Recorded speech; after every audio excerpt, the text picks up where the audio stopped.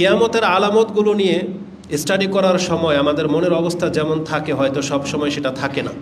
তাতে আমরা দেখতে পাচ্ছি রাসূলুল্লাহ সাল্লাল্লাহু আলাইহি ওয়াসাল্লাম যেই সেন্সে কিয়ামতের আলামতগুলোর কথা আমাদের কাছে তুলে ধরেছেন, আমরা কিন্তু ওই সেন্সে সেগুলোকে শিখি না বা জানতে চাই না।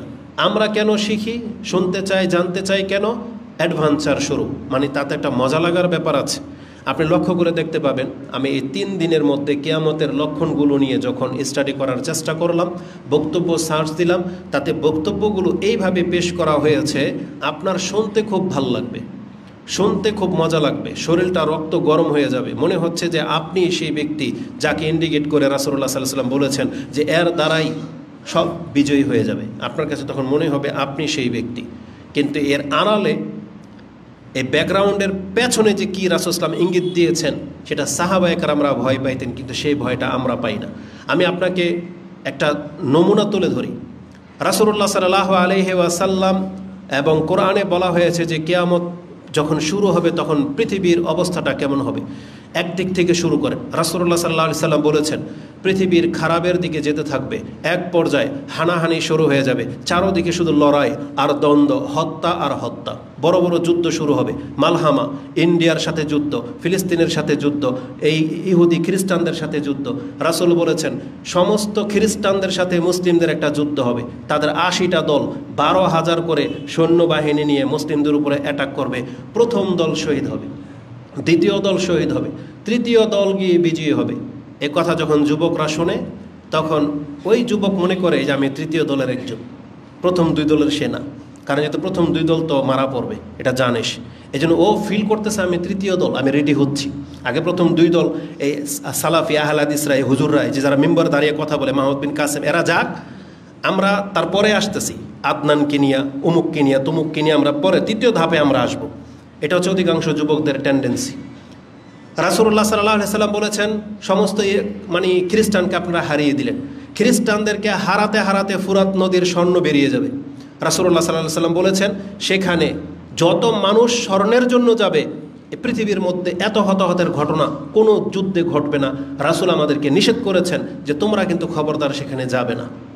কিন্তু রাসূল বলেছেন কেন যাবে না? কারণ সেখানে 10 জন ব্যক্তির মধ্যে 9 জন মারা পড়বে।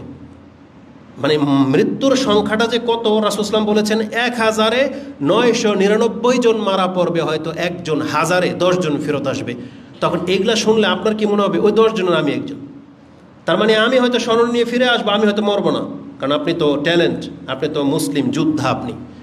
কিন্তু রাসূল নিষেধ করেছে যে তোমরা সেখানে যাবে না। কিন্তু আপনাদের ভালো লাগতেছে যে ফুরাত নদী স্বর্ণ বেরিয়ে যাবে, মানে মানে রক্তারক্তি হবে, 10 জন বেঁচে ফিরবে।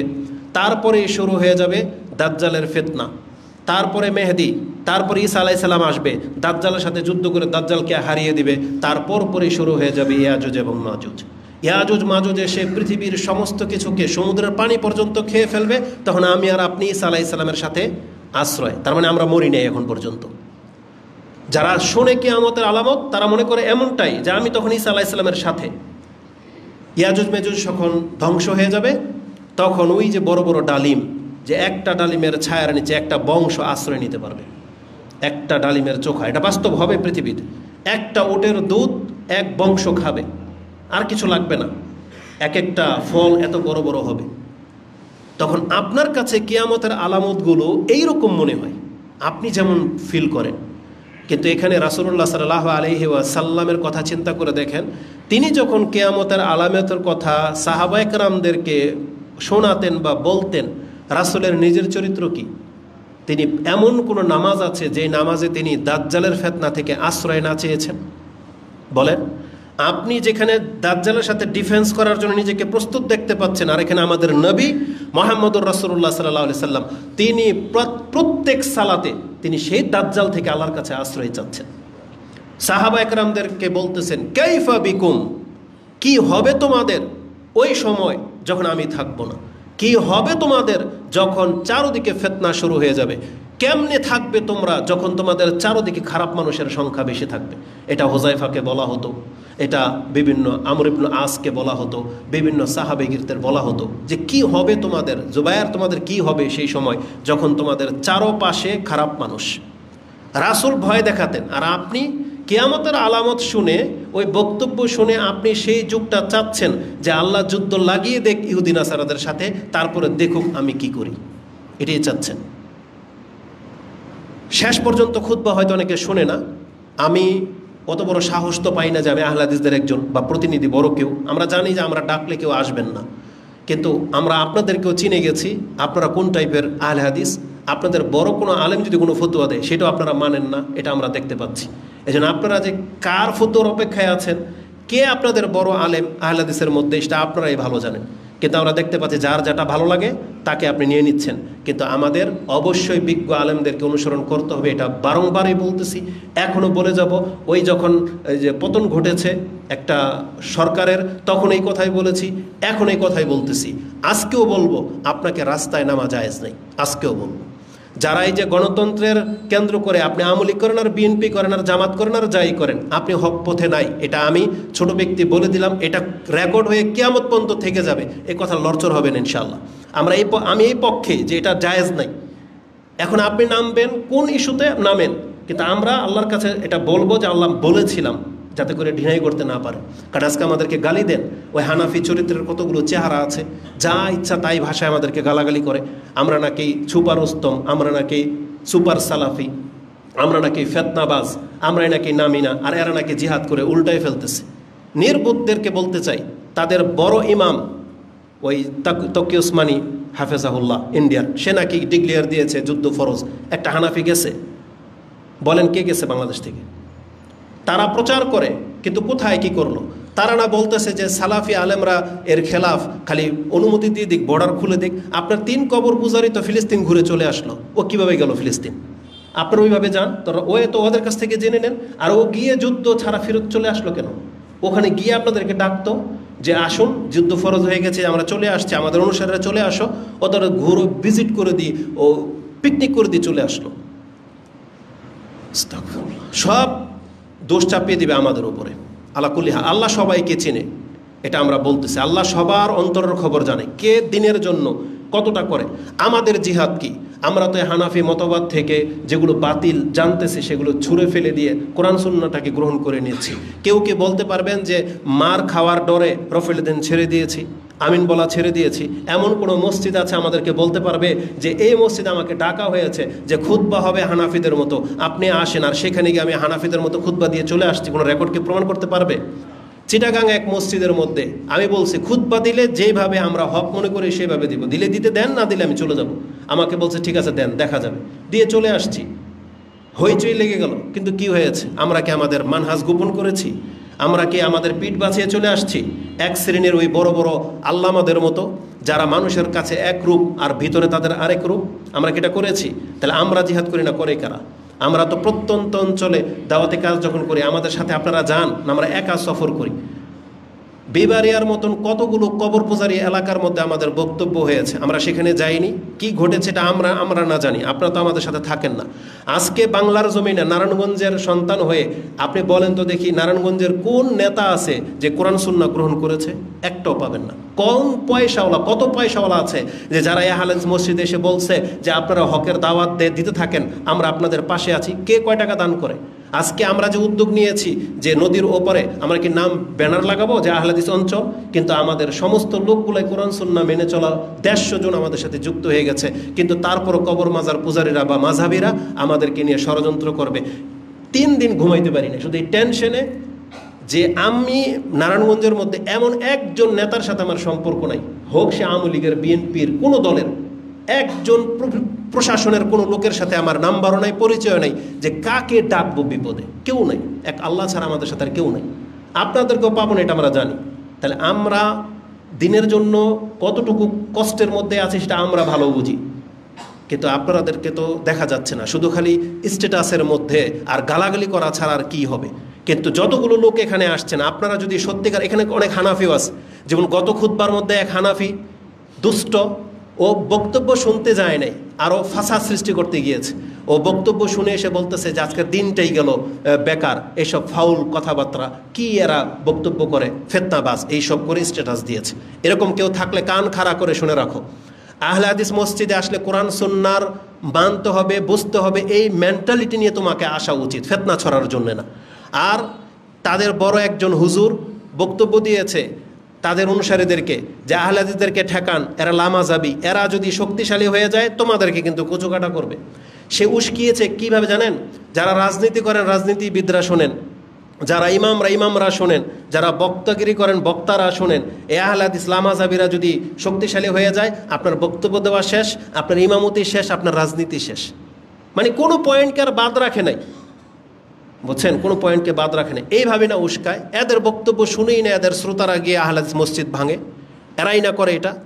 কিন্তু আপনারা কেন প্রতিবাদ জানাইতে পারলেন না? আহলে হাদিস অঞ্চলগুলোতে যত হানাফি মসজিদ আছে তারা কেন বিবৃতি দেয় না যে আমরা আহলে হাদিসের মিডলে বাস করি? আজ পর্যন্ত কোনো আহলে হাদিস একটা হানাফির গায়ে টোকা দেয় নাই। এটা কেন প্রচার করা হয় না? একটা আহলে হাদিস কোনো ব্যক্তি, কোনো অঞ্চল, আমরা তো চাঁপাইনবাবগঞ্জে জানি, ওই উত্তরবঙ্গের প্রায় অঞ্চলগুলো আহলে হাদিসের, একটা ঘটনা ঘটেছে ইতিহাসে যে এটাকে হানাফি মসজিদকে ভেঙে দিয়ে তারা আহলে হাদিস বানায় ফেলছে। তাহলে মিথ্যাচারের জবাব কেন দেন না? এগুলো আমাদেরকে কেন বলতে হবে?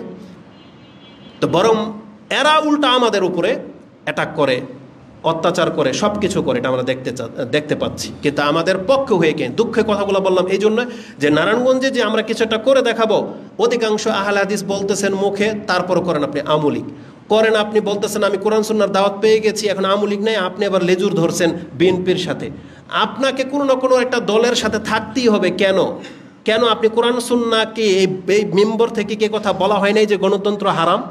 কেন আপনাকে বলা হয় নাই যে এই রাজনীতিক একটা দল আরেক দলকে মারা যাবেন, এটা হারাম, মুসলিমের রক্ত ঝরানো হারাম? বলা হয় নাই লুটতারাজ করা, রাস্তাঘাট বন্ধ করে দেওয়া, এটা কি সালাফি আলেমদের বক্তব্য না? তার মানে আপনি তাহলে কোথায় গ্রহণ করলেন? আপনি তো আপনার মিজাজ ভিত্তিক চলেন। এখন পর্যন্ত আপনি কিছু হলে রাস্তা বন্ধ করে দেন, বাস গাড়ি সব ভাঙচুর করে দেন, কিছু হলে রাস্তায়। এটা কার শিক্ষা? যারাই শিক্ষা দেয়, যারা আপনাদেরকে মাঠে নিয়ে নামে, তারা সালাফি আলেম, তারা কোরআন সুন্নাহ দিয়ে বক্তব্য দেয়, তাহলে তাদের পেছনে পেছনে আপনারা ঘুরেন কেন? কোন সালাফি আলেম ফতোয়া দিয়েছিল বড় যে আসো মাঠে নামি? কে বলেছিল এটা? সৌদি আরবের বিজ্ঞ ওলামা যারা কিবারুল ওলামা, তাদেরকে প্রশ্ন করা হয়েছে, তারা ডাইরেক্ট বলতেছে এইভাবে বিক্ষোভ করা ইসলামে জায়েজ নাই।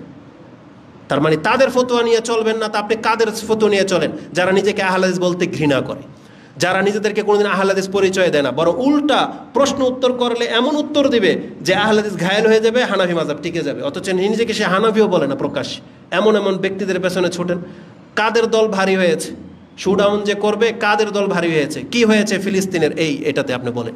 হ্যাঁ হয়েছে, অনেক মানুষকে দেখিয়েছেন। এটা করতে গিয়ে আরেকটা কি করেছেন? সৌদি আরবের বাদশার মানে উপরে দিয়ে দিয়েছেন আপনার রাগ। একটা মন্দ লোকের কারণে আজকে এতগুলো প্রবাসীর উপরে এটার একটা বিরূপ প্রতিক্রিয়া হতে পারে। তবে আমরা আল্লাহর কাছে দোয়া করি, আল্লাহ সৌদি আরবের শাসকের উপরে তুমি এতটুকু বিচক্ষণতা দান করো, তারা যেন আমাদের এই নির্বুদ্ধের কারণে আমাদের বাংলাদেশের মুসলিমদের প্রতি যেন তাদের বিরূপ কোনো ধারণা তৈরি না হয়। বলেন আমিন।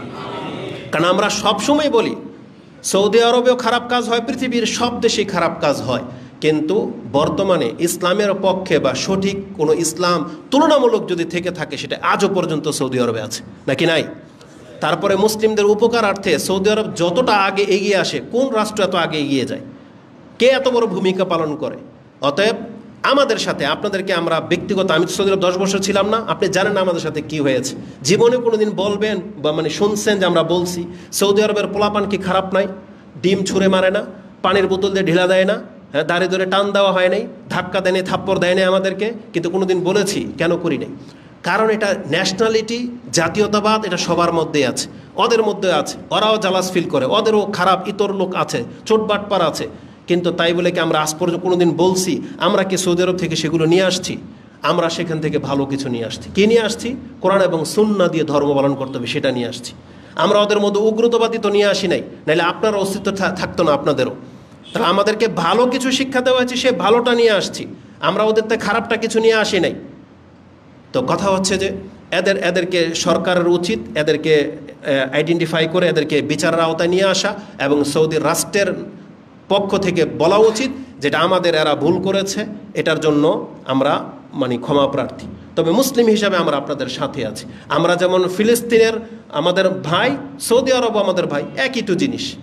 একটাকে রক্ষা করতে গিয়ে আরেকটাকে আপনি ছোট করতেছেন। যে ইন্ডিয়ার মুসলিমকে বাঁচাতে গিয়ে এখন বাংলাদেশে যদি আপনি বলেন আহলে হাদিস মসজিদ রাখবো না, তাহলে আপনার মতো এত মানে নির্বোধ আর কে আছে বলে? নিজের দেশে ইসলাম পালন করতে পারেন না, নিজের দেশে। আর আপনি উল্টায় পাল্টায় ফেলবেন। আমি জানি এই কথাটা আবার অনেকের গায়ে লাগবে। ইদানিং দেখতেছি যে ফিলিস্তিনের কিছু অসুস্থ লোক বাংলাদেশে ট্রিটমেন্টের জন্য আসতেছে, তাই না? তাদেরকে খুব ভিআইপি টাইপের ভাবে চিকিৎসা দেওয়া হবে। আল্লাহ তাদেরকে তৌফিক দিক, দোয়া করি।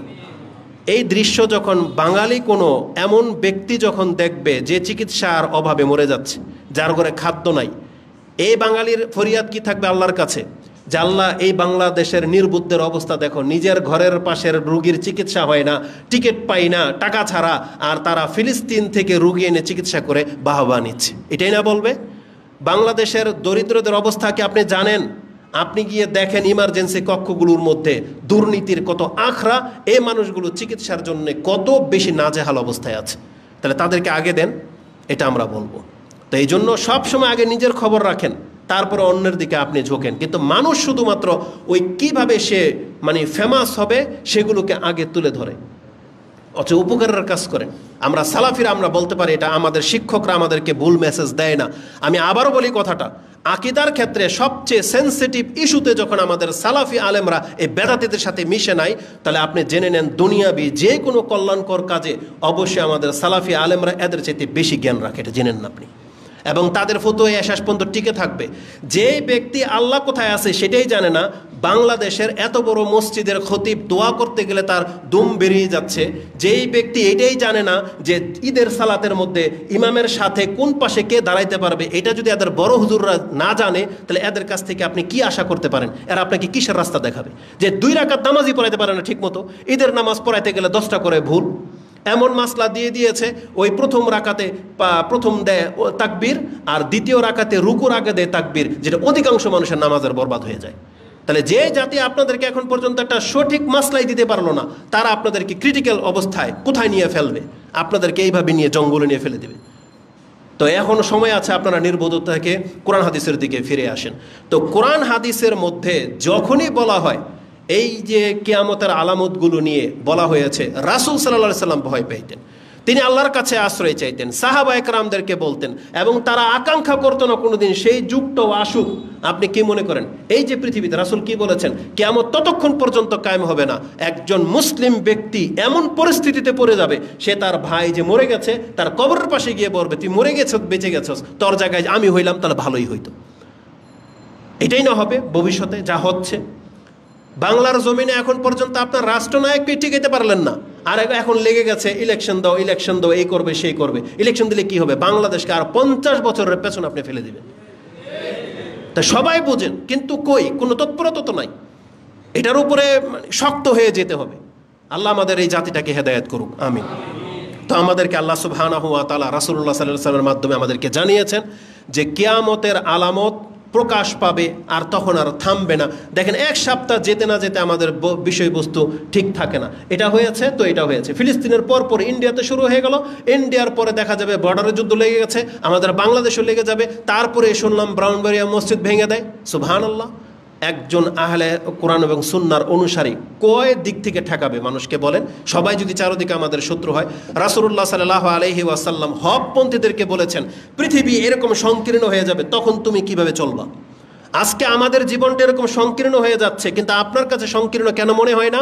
কারণ আপনি মুখে বলতেছেন আপনি কোরআন সুন্নাহ মানেন, কিন্তু এখন পর্যন্ত আপনি যে কোনো পার্টি হোক, পার্টির মধ্যে আপনি অংশ নেন, এখনও নাচ গান বাজনার সাথে আপনি জড়িত, এখনও আপনি বলতেছেন কিসের এখন নামাজ আর পর্দার কথা বলে হুজুর, এখন জিহাদ ফরজ। আপনার জন্য তো সংকীর্ণ না। আপনি তো পারলে ওই কবর মাজার পূজারীর সাথে মিশে যেতে পারেন, একই স্টেজে আপনি দাঁড়াইতে পারেন, তা আপনার জন্য তো রাস্তা আরও প্রশস্ত। সংকীর্ণ কোথায় দেখতে পান? সংকীর্ণ তো সেই দেখতে পাবে যেই ব্যক্তি জানে যে গণতন্ত্র হারাম, আর আমার সবাই এইগুলো বিভিন্ন দলের অন্তর্ভুক্ত, আমি কথা বলতে গেলে আমাকে চেপে ধরবে। বুঝতেছে যে সংকীর্ণতা কী জিনিস। যেই ব্যক্তি তার পরিবারের মধ্যে দিন পালন করে, পর্দা করে, সে জানে সংকীর্ণতা কী জিনিস। যেই ব্যক্তি পুরো সমাজের গান বাজনা, এই যে ঘর থেকে বের হলেই প্রত্যেকটা ব্যক্তির মুখে সিগারেট, আপনি গন্ধ শুনতে শুনতে যাবেন, জীবনটা কত সংকীর্ণ এটা এই ব্যক্তি না বোঝে, সিগারেট খুরকি বোঝে যে জীবনটা সংকীর্ণ কি জিনিস। যে কোনো বিজনেসে আপনি যান, যারা দুর্নীতিভাবে টাকা কামাচ্ছে, ও কি জানে সংকীর্ণতা কি জিনিস? যেখানে 3000 টাকার একটা শাড়ি 38,000 টাকা বিক্রি হয়। হ্যাঁ, ওই যে ইলিয়েন নাকি দোকান, 38,000 টাকা বরকার দাম, 8,000 টাকা একটা জুব্বার দাম, আবার ডিসকাউন্টে দেখা যায় 6 মাস পরে আবার সেটা 3,000 টাকা বেচে, তাহলে 5,000 টাকা ওর বাবার পকেট থেকেও ডিসকাউন্ট দিয়েছে। তার মানে বোঝাতে চাইলে 5,000 টাকা আমি কিন্তু তোমার কাছ থেকে লাভ নিয়েই নিয়েছি। প্রত্যেকটা বিষয়।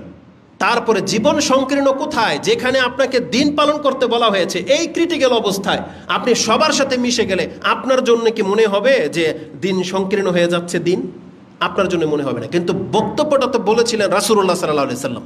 এটা কাদের জন্য? যারা কোরআন সুন্নাহ মেনে চলবে তাদের জন্য জীবন সংকীর্ণ হয়ে যাচ্ছে দিন দিন। কিন্তু আপনার আমার জন্য সেটা মনে হয় না। কেন?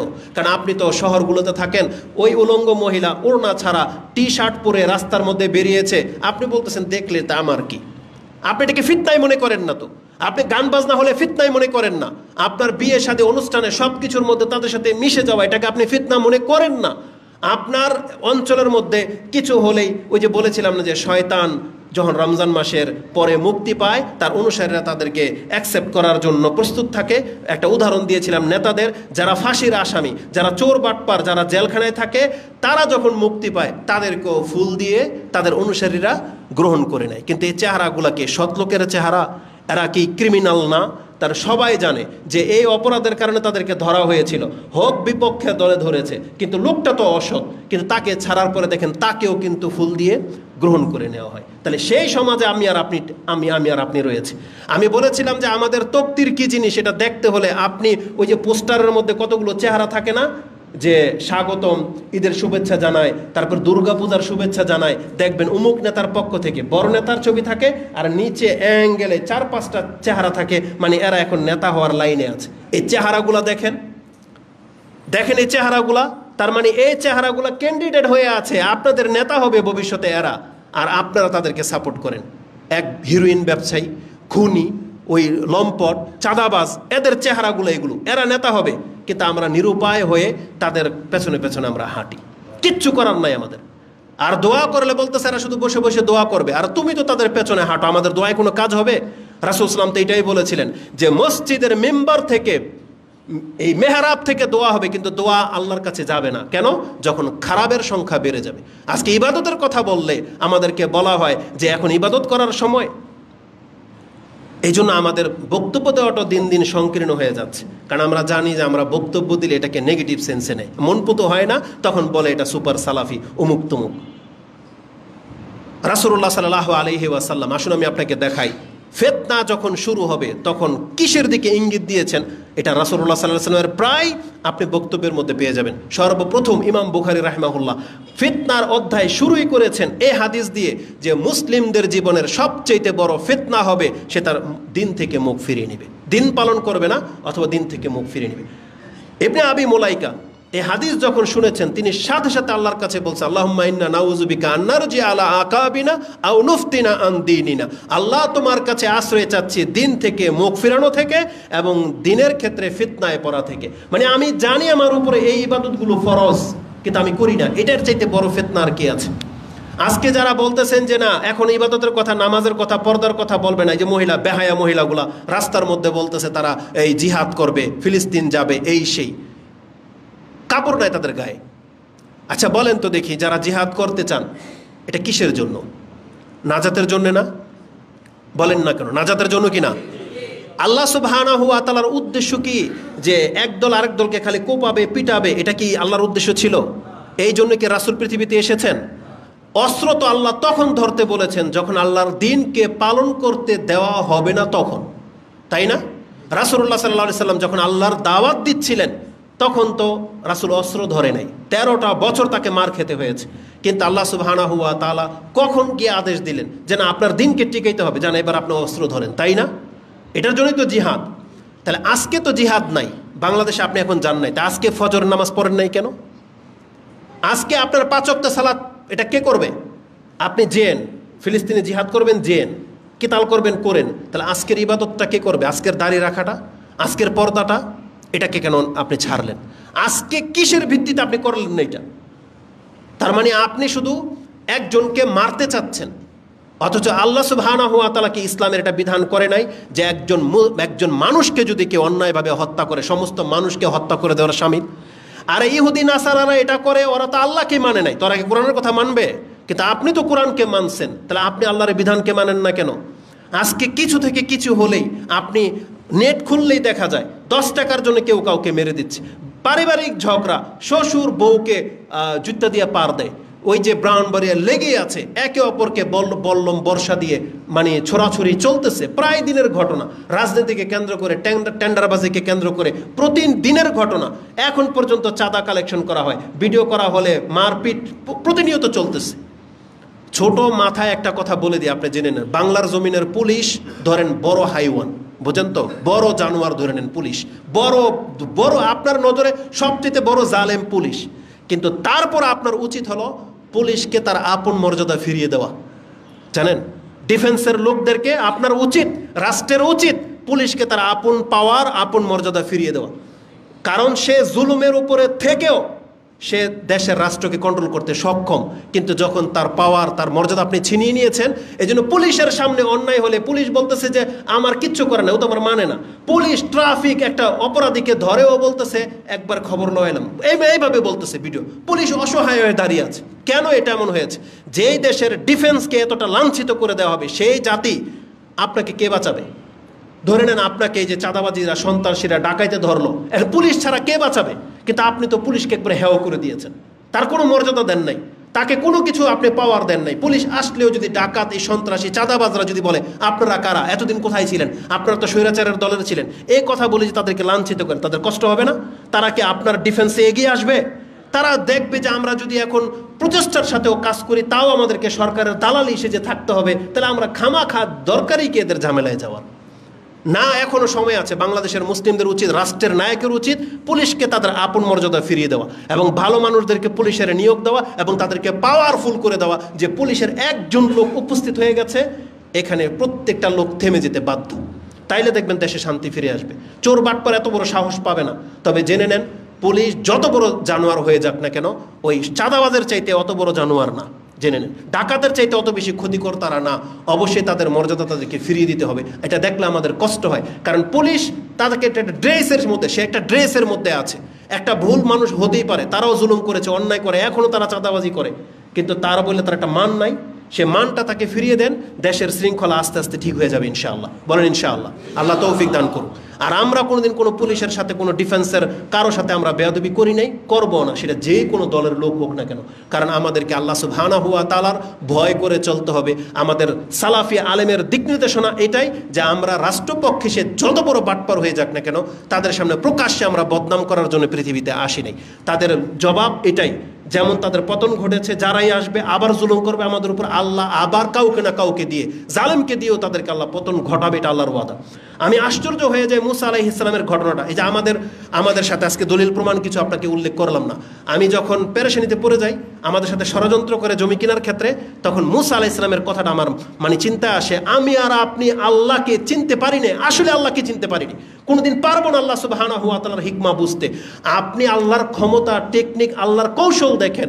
যে ফেরাউন চেয়েছিল একটা পুরুষকেও রাখবে না, কিন্তু আল্লাহ যেহেতু চেয়েছিল মুসাকে বাঁচাবে, সেই ফেরাউনের ঘরেই, ফেরাউনের দ্বারাই আল্লাহ মুসাকে আবার লালন পালন করিয়েছেন। কত বিস্ময়কর ব্যাপার এটা, কত বিস্ময়কর। আমলিক সরকার থাকতে এতটা ক্ষমতাবান তাদেরকে মনে হয়েছিল, আমরা কি কোনোদিন কল্পনাও করেছি যে তারাও পতন ঘটবে? কিন্তু আল্লাহ সুবহানাহু ওয়া তাআলা করে দেখিয়েছেন। এই জন্য যারা পরবর্তীতে ক্ষমতায় আসতে চাচ্ছেন, আপনি আল্লাহ সুবহানাহু ওয়া তাআলার পাকড়াওটাকে ভয় করেন। আল্লাহর টেকনিক কিন্তু খুব সূক্ষ্ম, আল্লাহর কৌশল সবার ঊর্ধ্বে।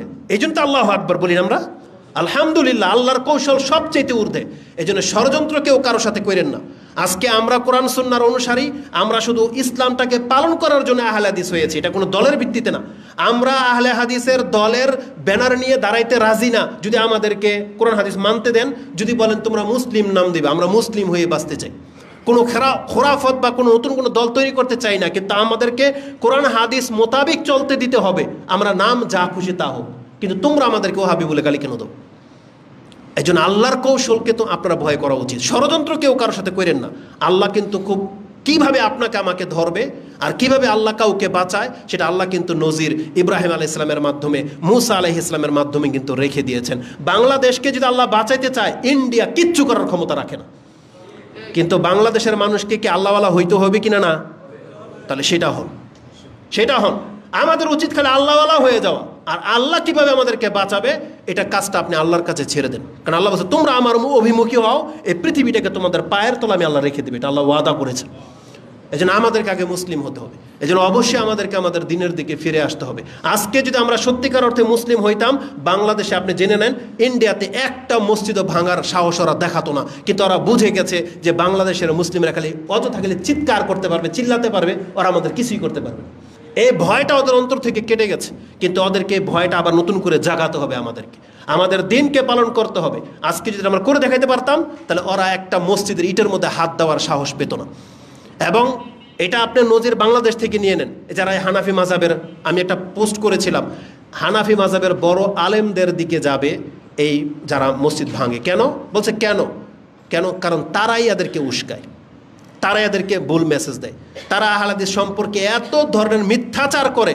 আচ্ছা আপনি বলেন তো দেখি, আপনার এলাকায় এসে যদি আমি বলি যে এই লোকটা এ তো আপনার নবীকে মানে না, আপনার রক্ত গরম হবে না?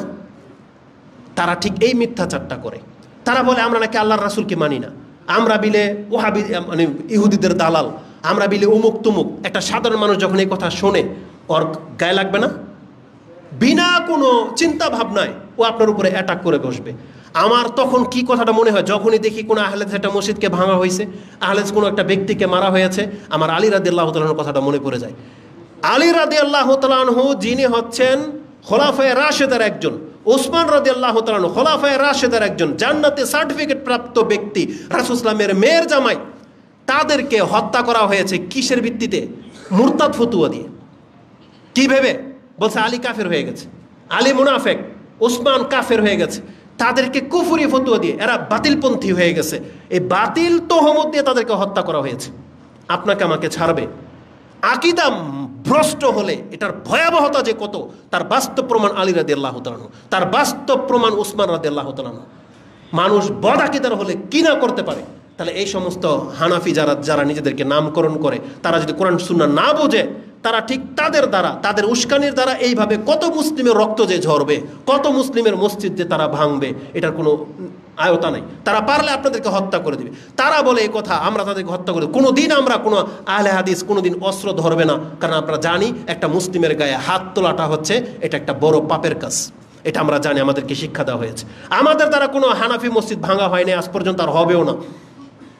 কিন্তু এদের দ্বারা যা খুশি তা হতে পারে। এই জন্য আকীদাকে ঠিক করেন, আগে মুসলিমের রক্তের মর্যাদাকে বোঝার চেষ্টা করেন, নাইলে আপনাকে আমাকেও ওই আলী রাদিয়াল্লাহু তাআলা আনহুর মতন হত্যা করে দিতে তারা দ্বিধা করবে না, যেটা বাংলার জমিনে ঘটতেছে। আল্লাহ আমাদেরকে বোঝার এবং সে অনুযায়ী আমল করার তৌফিক দান করুন, আমিন। আকুলু লিকাউলি হাযা আস্তাগফিরুল্লাহ লি ওয়া লাকুম ওয়া লিসাইরিল মুসলিমিন ফাস্তাগফিরু ইন্নাহু হুয়াল গফুরুর রহিম।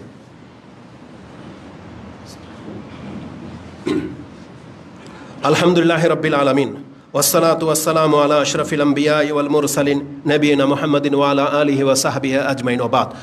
5 মিনিটের মধ্যে যে বিষয়টা খুতবাটা রেডি করে নিয়ে আসছিলাম সেটা হচ্ছে এই, দেখেন আমাদেরকে আল্লাহর দিকে ফিরে আসতে হবে। যে আকীদা গ্রহণ করেছেন আকীদাটাকে শুদ্ধ করেন, আর আকীদার উপর ভিত্তি করে আপনি আমলে লেগে যান, আমলকে গুরুত্ব দেওয়ার চেষ্টা করেন। আমলবিহীন কিন্তু আমরা নাজাত পাবো না। রাসূলুল্লাহ সাল্লাল্লাহু আলাইহি ওয়াসাল্লাম তিনি ফিতনার কথা বলেছেন এবং ফিতনার সময় তিনি আমাদেরকে আমলের দিকেই বেশি গুরুত্ব দিয়েছেন। আসুন একটা হাদিস আমি আপনাকে শুনিয়ে দিই। রাসূলুল্লাহ সাল্লাল্লাহু আলাইহি ওয়াসাল্লাম বলেছেন যে বাদিরু বিল আমালি ফিতানান কাকিতিল লাইলিল মুসলিম, রাতের আধারের ন্যায় যখন ফিতনা তোমাদের উপরে ছেয়ে যাবে তার আগেই তোমরা আমল করে নাও। তার মানে বোঝা যাচ্ছে যে ফিতনা মানুষের আমলকে থামিয়ে দেয়। এখান থেকে একটা দলিল পাওয়া যায়। দ্বিতীয় দলিল হচ্ছে ফিতনায় পতিত হলে কিন্তু মানুষ চাইলেও ইবাদত করতে পারে না। যেমন ধরেন আমাদের ফিলিস্তিনি মুসলিম ভাইয়েরা, তাদের উপর যে ফিতনা চেপে গেছে, যে জালেম তাদের উপর যে জুলুম করতেছে, যখন তখন বোম্পিং করা হয়, সে চাইলেই 2 রাকাত সালাত পড়তে পারবে না, কারণ তার টেনশন এখন অন্যদিকে। সে চাইলেই নিজের ফরজ নামাজটুকু পর্যন্ত ঠিকমতো জামাতে আদায় করতে পারবে না, পারছে না তারা। তার মানে ফিতনা যখন চেপে যায় তখন কিন্তু ইবাদত খুব খুব কঠিনভাবে ক্ষতিগ্রস্ত হয়। আমরা আল্লাহ সুবহানাহু ওয়া তাআলার কাছে দোয়া করি, আল্লাহ সুবহানাহু ওয়া তাআলা ফিলিস্তিনের মুসলিমের উপর থেকে আল্লাহ এই জালেমদেরকে তুমি উৎখাত করে দাও। ফিলিস্তিনি মুসলিমদেরকে আল্লাহ তুমি তাদের মধ্যে যারা ইন্তেকাল করেছে আল্লাহ তাদেরকে তুমি শহীদের মর্যাদা দিয়ে দাও এবং তাদেরকে ঘুরে দাঁড়ানোর তৌফিক দান করো, এবং আমাদের পুরো মুসলিম বিশ্বটাকে আল্লাহ সুবহানাহু ওয়া তাআলা তুমি হিতাহিত জ্ঞান দান করো, যাতে করে এরপরে আমরা আমাদের মুসলিম ভাইদের হত্যার বদলা নিতে পারি এবং আমাদের সন্তানদেরকে আল্লাহ তুমি মুজাহিদ হিসেবে এই পৃথিবীতে টিকে থাকা প্রতিষ্ঠিত করার তৌফিক দান করো, আমিন। তো রাসূলুল্লাহ সাল্লাল্লাহু আলাইহি ওয়াসাল্লাম বলেছেন যে ইবাদত আমাদেরকে করতে হবে, কারণ ফিতনা চলে আসলে ইবাদত আর করা হবে না। ইবাদতের গুরুত্ব কতটা আপনাকে জানেন? একটা হাদিস বলি, যদিও হাদিসটাকে নাসিরউদ্দিন আলবানী একটা বর্ণনায় দুর্বল বলেছেন, আরেকটা বর্ণনায় তিনি হাসান সাক্ষী পেয়েছেন বিধায় হাসান পর্যন্ত সাপোর্ট করেছেন যে হাদিসটা গ্রহণযোগ্য, হাসান সনদে রয়েছে। মিশকাতে হাদিসটা আপনি 5366-তে পেয়ে যাবেন, আর হাদিসটা মূলত তিরমিজিতে রয়েছে। তিরমিজিতে হাদিসটি 2476-এ রয়েছে। আলী রাদিয়াল্লাহু তাআলা আনহু তিনি বলতেছেন, একদিন আমরা রাসূলুল্লাহ সাল্লাল্লাহু আলাইহি ওয়াসাল্লামের সাথে বসা ছিলাম, তখন মুসাব ইবনে উমায়ের তিনি মসজিদে ঢুকেছেন, তার গায়ে শুধু একটা চাদর, যে চাদরের মধ্যে কয়েকটা তালি লাগানো ছিল, একটা পুরানো জীর্ণ শীর্ণ চাদর। রাসূলুল্লাহ মুসাব ইবনে উমায়ের দিকে তাকালেন এবং কেঁদে দিলেন, কারণ রাসূলুল্লাহ সাল্লাল্লাহু আলাইহি ওয়াসাল্লাম মুসাব বিন উমায়ের জীবনী জানতেন, যে মুসাব বিন উমায়ের কত শান শৌকতে বড় হওয়া একটা যুবক, যার কত দামি দামি কাপড় চোপড় ছিল, এটা রাসূলুল্লাহ সাল্লাল্লাহু আলাইহি ওয়াসাল্লাম জানতেন যে আজকে ইসলাম গ্রহণ করার কারণে মুসাবের এই অবস্থা, কিন্তু ইসলাম ছাড়ে নাই, ওই সমস্ত সম্পদ ত্যাগ করে দিয়ে এখানে চলে আসছে, কিন্তু আজকেও একটা তালি দেওয়া একটা চাদর পরে আজকে আমার সামনে বসে আছে। এটা দেখে রাসূলুল্লাহ সাল্লাল্লাহু আলাইহি ওয়াসাল্লাম কাঁদছেন। কেঁদে তিনি আমাদেরকে একটা ভবিষ্যৎবাণী শুনিয়েছেন। তিনি বলেছেন, কাইফা বিকুম, এই যে দেখেন এই ভাষাটা, কি হবে তোমাদের যখন এই পরিস্থিতি আসতে যাচ্ছে, পৃথিবীর অবস্থাটা এমন হবে। কাইফা বিকুম ইজা গাদা আহাদুকুম ফি হুল্লাতিন ও রাহা ফি হুল্লা, একটা সময় পৃথিবীতে আসতে যাচ্ছে, এত সম্পদের মালিক আল্লাহ মানুষকে করে দেবে যে সে দিনের বেলা সকালবেলা যে জামা পরে বের হবে, বিকালবেলা সেটার সে পরবে না, বিকালবেলা আরেক জোড়া সে পরে বের হবে। এতটা নিয়ামতে তারা থাকবে, এবং তাদের সামনে ওদেয়াত, তাদের সামনে পেশ করা হবে বিভিন্ন পেয়ালা, মানে বিভিন্ন আইটেমের খাবার, আবার এটাকে সরিয়ে নেবে, খালিটা আবার আরেকটা দেবে। আমরা গেলে কি করে, তখন প্রথম ফল দেয়, দুপুরের খাবার দেয়, তারপর আবার চায়ের ব্যবস্থা থাকে। এই দেখেন প্লেট চেঞ্জ হচ্ছে। আমরা সেই নিয়ামতের মাঝে এখন বসবাস করি। আমাদের প্রত্যেকেরই অসংখ্য জোড়া জামা কাপড় আছে, মহিলাদের তো আলমারি ভরা। শুরু হয়ে গেছে সেই যুগ। রাসূল বলেছেন যে এমন একটা যুগ আসতে যাচ্ছে। আলী রাদিয়াল্লাহু তাআলা আনহু তিনি বলেন, ইয়া রাসূলুল্লাহ, যদি এমন অবস্থা মুসলিমদের হয় তাহলে এটা আমাদের তো আরো ভালো, কল্যাণকর। কি সেন্সে তিনি কি বলেছেন শুনেন। তিনি বলেছেন, ফাকালু ইয়া রাসূলুল্লাহ নাহনু ইয়াউমাইযিন খায়রুম মিনাল ইয়াউম, তাহলে তো ওই সময় আমরা আজকের চাইতে বেশি কল্যাণের মধ্যে থাকব। কেন? নাতাফাররাগু লিল ইবাদাতি, আমরা তখন ইবাদতের জন্য ফ্রি হয়ে যাব। ওয়া নুকফা আল মুউনাতা, এই যে আজকে যে আমরা রিজিকের জন্য অনেক সময় মাঠে ঘাটে সময় দেই, যুদ্ধ করি, তারপরে নিজের পেটের খাদ্যের অভাবের কারণে অনেক ইবাদত আমরা করতে পারি না, বা কঠিন পরিস্থিতির মধ্যে আছি, তখন তো এটা থাকবে না। আমাদের ঘরে অঢেল খাদ্য, তখন আমরা সারাদিন আল্লাহর ইবাদতের মধ্যে লিপ্ত থাকবো। এটা কে বলতেছে? একজন সাহাবী, আলী রাদিয়াল্লাহু তাআলা আনহু। তার মানে কি বুঝাতে চাইলাম? তাদের কাছে ইবাদতটাই হচ্ছে সবচেয়ে মুখ্য বিষয়। এই ইবাদতের জন্যই তারা জিহাদ করেছে, মদিনা বানিয়েছে, নিজেদের একটা সুরক্ষা এলাকা করেছে, যেখানে ইবাদত করতে কেউ বাধা দিতে পারবে না। কিন্তু বাংলার জমিনে ইবাদত করার যোগ্য একটা ভূমি থাকা সত্ত্বেও আজকে অধিকাংশ মুসলিমের ইবাদত থেকে মুখ ফিরিয়ে নিয়েছে। অধিকাংশ মুসলিম আল্লাহর ইবাদত করেন না, মসজিদে আসেন না, দাড়ি রাখেন নাই, নামাজ পড়ে না, পর্দা করে না, এটা বাংলার জমিনে। অথচ এই ফিল্ডটা পুরো ইবাদতের একটা মার্কাজ ছিল, কিন্তু আমরা ছুঁড়ে ফেলে দিয়েছি। রাসূলুল্লাহ সাল্লাল্লাহু আলাইহি ওয়াসাল্লাম তার কথা শুনে তিনি কি বলতেছেন শোনেন। ফাকালা রাসূলুল্লাহ সাল্লাল্লাহু আলাইহি ওয়াসাল্লাম লা আনতুমুল ইয়াউম, বরং আজকে তোমরা উত্তম, খায়রুন মিনকুম ইয়াউমাইযিন, ওই দিনের তুলনায়, এই যে যেই দিন পৃথিবীতে নেয়ামত ভরে যাবে, অঢেল খাদ্য থাকবে, সেই দিনের মানুষের তুলনায় আজকে তোমরা ভালো আছো। কেন বলেন তো? এটা হচ্ছে আমাদের বাস্তব প্রমাণ। আজকে আমাদের কাছে খাদ্য আছে, ইবাদত নাই। আর তাদের কাছে খাদ্য ছিল না, কিন্তু ইবাদত ছিল। এই জন্য রাসূল বলেছেন যে আজকে তোমরা ভালো আছো, যদিও খাদ্যে ঘাটতি আছে, যদিও তোমরা অভাবী, কিন্তু তোমরা ইবাদতে পরিপূর্ণ। কিন্তু এমন একটা সময় আসবে, তোমাদের এই পৃথিবীবাসী নাজ নেয়াজের মধ্যে থাকবে, অসংখ্য রিজিকের মাঝে থাকবে, কিন্তু তাদের মধ্যে ইবাদত থাকবে না। এই জন্য আমাদের চাইতে তারা বেশি শ্রেষ্ঠ। এটা রাসূলুল্লাহ সাল্লাল্লাহু আলাইহি ওয়াসাল্লামের বাস্তব প্রমাণে এটা বোঝা যায়। রাসূলুল্লাহ সাল্লাল্লাহু আলাইহি ওয়াসাল্লাম আমাদেরকে জানিয়েছেন, যখন ফিতনা শুরু হয়ে যাবে তোমরা তখন কি করবে? ফিতনার সাথে মিশে যাবে। রাসূল বলেছেন ওই সময় তোমাদের জন্য দায়িত্ব, তোমরা ইবাদতে মশগুল থাকবে। রাসূলুল্লাহ সাল্লাল্লাহু আলাইহি ওয়াসাল্লাম বলেছেন, ইয়াকুল আল ইবাদাতু ফিল হারাজ কা হিজরাতি ইলাইয়া, যেই ব্যক্তি ফিতনার সময় ইবাদতকে শক্ত করে আঁকড়ে ধরবে, তার উদাহরণ হলো আমার কাছে হিজরত করে ফিরে আসার সমতুল্য।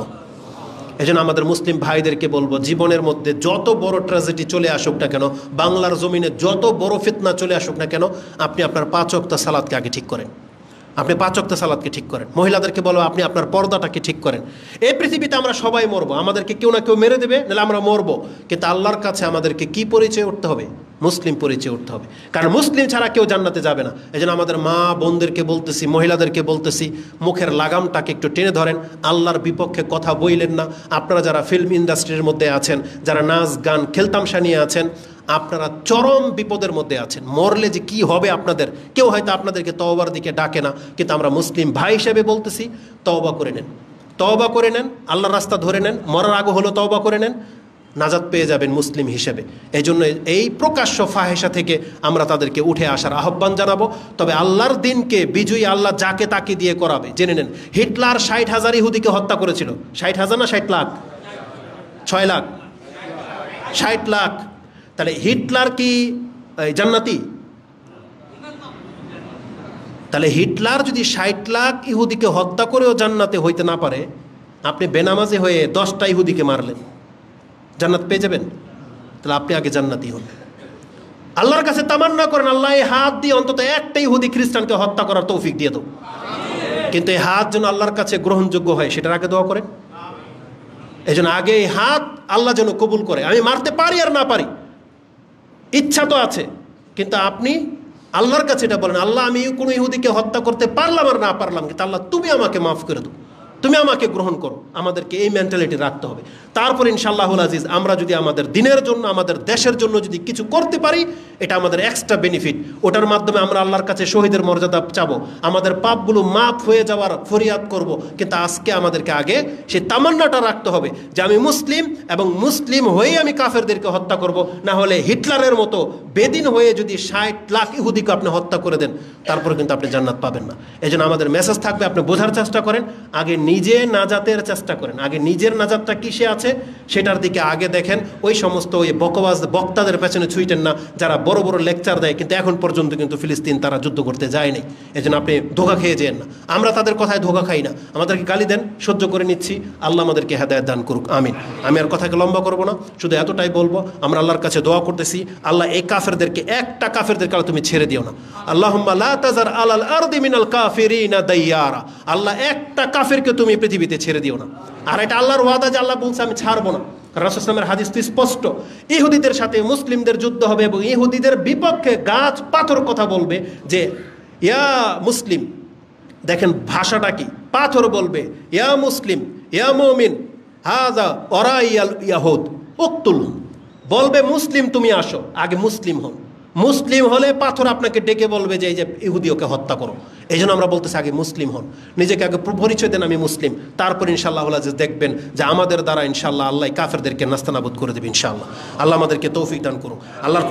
আমরা আল্লাহর কাছে দোয়া করি, আল্লাহুম্মা আহসিহিম আদাদা। আল্লাহ তাদের প্রত্যেকটাকে গনে গনে রাখো। ওয়াক্তুলহুম বাদাদা, এবং তাদের প্রত্যেকটাকে আল্লাহ তুমি হত্যা করো, তাদের একজনকেও ছেড়ে দিও না। ওয়ালা তুবকি মিনহুম আহাদা। আল্লাহ একটা কাফেরকেও তুমি পৃথিবীতে ছেড়ে দিও না। আল্লাহ তুমি আমাদেরকে শক্তিশালী করো, বাংলাদেশের মুসলিমদেরকে আল্লাহ তুমি শক্তিশালী করো, এবং এই বাংলাদেশের পরিধিটাকে আল্লাহ ইসলামী